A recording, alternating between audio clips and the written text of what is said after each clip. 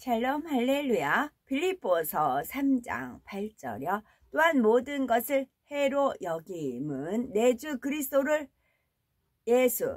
그리스도 예수를 아는 지식이 가장 고상하기 때문이라. 내가 그를 위하여 모든 것을 잃어버리고 배설물로 여김은 그리스도를 얻고 입니다.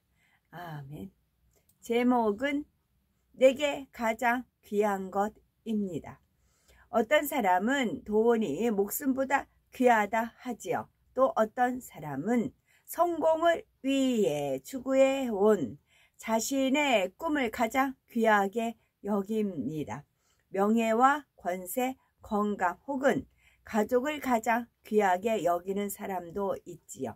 그런데 사도 바울은 빌립보서 3장 8절에 또한 모든 것을 해로 여김은 내 주 그리스도 예수를 아는 지식이 가장 고상함을 인함이라. 내가 그를 위하여 모든 것을 잃어버리고 배설물로 여김은 그리스도를 얻고 했습니다. 명예와 지식, 세상에서 누릴 수 있는 안락함까지 자신이 지는 모든 것을 배설물처럼 여기고 기꺼이 버린 것입니다. 사도 바울에게 무엇이 그토록 소중했기에 세상 사람들이 귀하게 여기는 모든 것을 배설물처럼 여겼을까요? 하나님의 사랑을 가장 귀하게 여긴 사도 바울입니다. 디모데전서 1장 15절은 미쁘다 모든 사람이 받을 만한 이 말이여. 그리스도 예수께서 죄인을 구원하시려고 세상에 임하셨다 하였도다. 죄인 중에 내가 괴수니라 했습니다. 주님을 영접하기 전 사도 바울은 성도들을 심히 핍박하던 사람이었습니다. 그러던 그가 예수 그리스도를 만나자 감당할 수 없는 하나님의 사랑을 깨달았지요. 나는 주님의 이름을 심히도 핍박했는데 예수님은 이런 나를 살리기 위해 죽으셨구나. 죄 없으신 하나님의 아들이 나 같은 죄인을 위해서 참혹한 고통과 순환을 받고 죽으셨구나 하는 것을 절절히 느끼면서 사랑과 감사가 가슴 깊이 사무쳤습니다. 자신의 부족함과 허물이 발견될수록 하나님의 은혜가 너무나 소중했지요. 그래서 하나님의 사랑을 갚기 위해 자신의 모든 삶을 헌신합니다. 고린도후서 그래서 하나님의 사랑을 갚기 위해 자신의 모든 삶을 헌신합니다. 고린도후서 5장 13에서 15절에 우리가 만일 미쳤어도 하나님을 위한 것이요 만일 정신이 온전하여도 너희를 위한 것이니 그리스도의 사랑이 우리를 강권하시는 도다. 우리가 생각건대 한 사람이 모든 사람을 대신하여 죽었은즉 모든 사람이 죽은 것이라. 저가 모든 사람을 대신하여 죽으심은 산 자들로 하여금 다시는 저희 자신을 위하여 살지 않고 오직 저희를 대신하여 죽었다가 다시 사신 자를 위하여 살게 하려 함이니라 했습니다. 이 말씀대로 사도 바울은 주님만 위해 살았지요. 주의 일을 하다가 어떤 오해를 받아도 변명하지 않았고 주를 위해 다 드리고 자신의 소유가 없어도 그 때문에 서글프게 여기지 않았습니다. 많은 지식을 쌓았지만 하나님의 말씀 앞에서는 자신의 지식과 자신의 의를 철저히 부인했지요.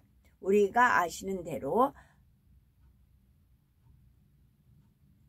죄인들을 위해 십자가에 달려주신 주님의 사랑은 우리 모두에게 똑같이 임합니다. 물론 모두가 사도 바울이나 극적인 상황에서 주님을 영접하지는 않지요. 그러나 나름대로의 간증과 나름대로의 체험은 다들 있기 마련입니다. 처음 하나님의 사랑을 깨닫고 불타오를 때 생명 다하에 믿음의 길을 달려가듯이 지금도 변함없이 뜨겁게, 전보다 더 뜨겁게 달려가고 있어야 합니다. 하나님의 사랑은 시간이 지난다 해서 희미해지는 것이 아닙니다. 오히려 시간이 지날수록 더욱 새롭고 시간이 지날수록 날이 갈수록 더 깊어질 뿐입니다. 하나님께서 주신 이러한 은혜와 이러한 사랑을 항상 되새기며 날마다 더 새로운 감동 속에 살아가는 우리가 되어야 되겠지요. 사도 바울은 또한 천국 복음을 가장 귀하게 여겼습니다. 하나님께서는 우리를 위해 천국을 예비하셨습니다.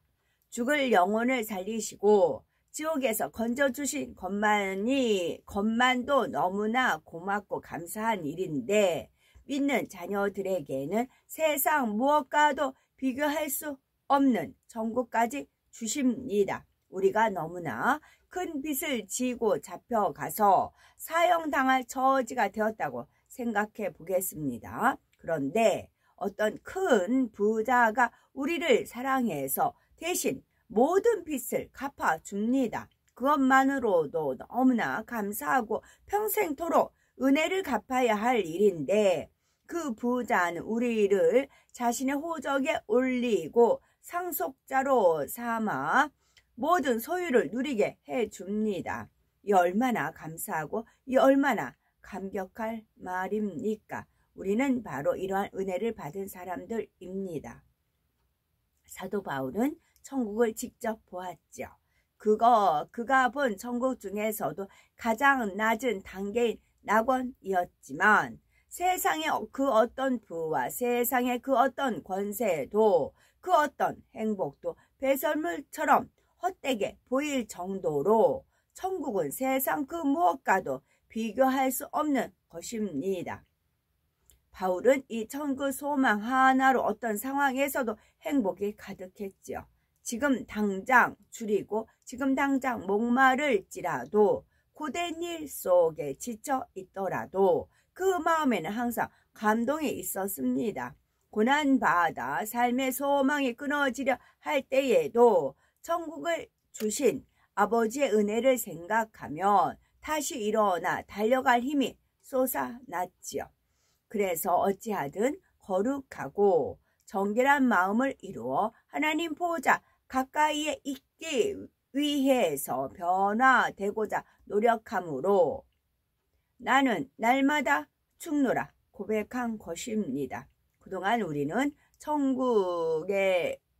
천국과 천국 생활에 대한 말씀을 들었지요. 천국은 어떻게 분류가 되는지, 각각의 처소마다 집의 외형은 어떻고 집 안에서는 어떤 시설이 있는지, 그 안에 장식된 보석은 어떠한지, 천사들이 어떻게 수종을 트는지, 어떤 옷을 입고 어떤 면류관을 쓰며 우리의 모습은 어떻게 변화될지, 이런 세세한 것을 들으셨습니다.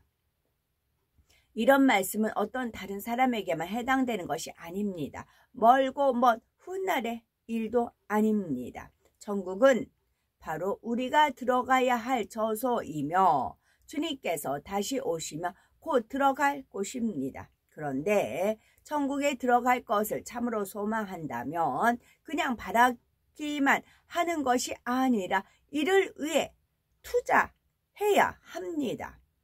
이 땅에서도 내 집을 마련하기 위해 갖고 싶은 거, 먹고 싶은 것을 아껴서 저축을 하고 쉬고 싶은 것을 참으면서 일합니다. 천국의 집은 이 땅의 집과는 비교할 수 없으니 더욱 인내하고 투자할 가치가 있습니다. 그러므로 썩어 없어질 이 땅이 아니라 천국에 하나라도 더 쌓는 것이 지혜로운 일이지요.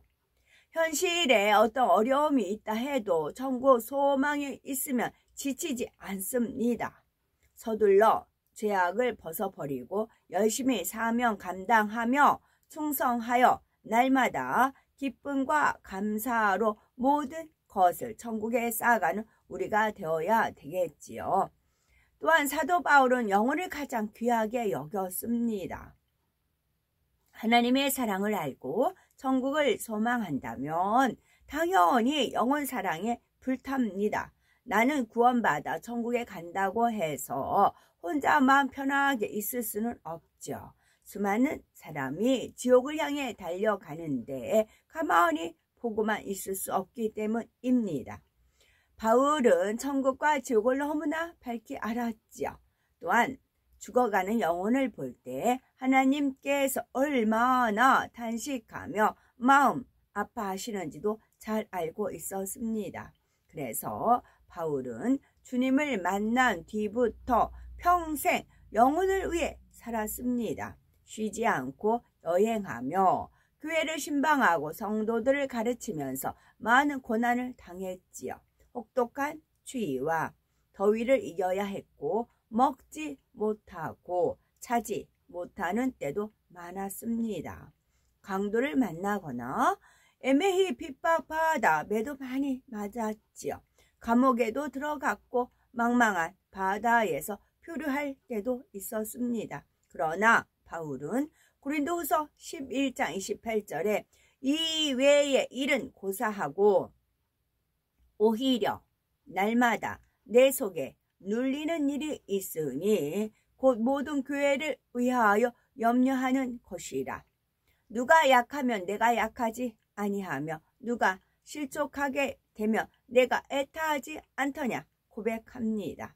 무수한 고난을 당하면서도 자기 신세를 염려한 것이 아닙니다. 좀 더 맛있는 음식을 먹을까? 무엇을 입을까? 어떻게 하면 편하게 쉬면서 좋은 것을 누릴까? 어떻게 하면 더 사랑을 받을까? 고민하지 않았습니다. 다만 이 교회에는 어떻게 더 믿음을 심어줄까? 저 영혼들이 어찌하면 더 힘내어 연단을 이길 수 있을까를 늘 이런 것을 근심하며 눈물로 기도했을 뿐이지요. 또한 바울은 하나님께 칭찬받고자 이처럼 충성한 것도 아닙니다. 사람들에게도 높임 받기를 원하지도 않았고 그 어떤 대가도 바라지 않았습니다. 로마서 9장 3절에 나의 형제 곧 골육의 친척을 위하여 내 자신이 저주를 받아 그리스도에게서 끊어질지라도 원하는 바로라 하는 고백이 나옵니다.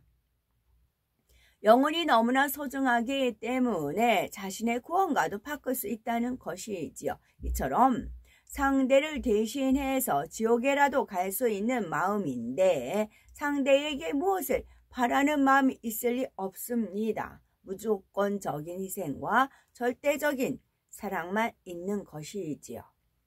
바울은 삶의 마지막 순간까지도 영혼을 위해 희생하고 헌신하며 살았습니다. 우리가 죽어가는 영혼을 얼마나 불쌍히 여기는지, 내게 맡겨진 영혼을 얼마나 소중히 여기는지 돌아보아야 되겠고, 편히 쉬고 즐기는 것보다 기도하고 전도하며 신방하고 영혼을 돌아보는 시간이 더 행복할 수 있는 우리가 되어야 되겠지요.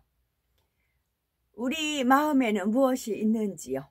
매 순간 너무나 귀한 하나님의 사랑을 느끼며 마음에 담고 되새기는지요? 아니면 때에 따라 세상과 짝하거나 꼭 세상을 취하지는 않는다 해도 막연한 동경 같은 것이 남아있는지요? 천국이 얼마나 좋은지 우리는 너무나 많이 알고 들었습니다. 마지막 때가 몹시 가깝고 주님께서 곧 다시 오실 것도 잘 알고 있죠. 그런데도 아직은 여유가 좀 더 있겠지 하고 세상에 마음을 두는 것은 어리석습니다.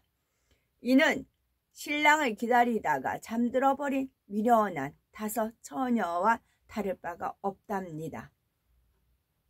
미련한 5 처녀도 신랑이 오실 줄을 분명히 알고 있었고 나름대로 신랑을 기다렸지요. 그러나 오래 기다려도 신랑이 더디 오니 기름을 준비하지 못한 채 졸음에 빠졌고 신랑이 온다는 소리가 들렸을 때에는 이미 기름을 준비하기에 늦어버린 상황이 되고 말았습니다. 우리는 지금까지 열심히 신앙생활을 하면서 신부 단장을 해오지요.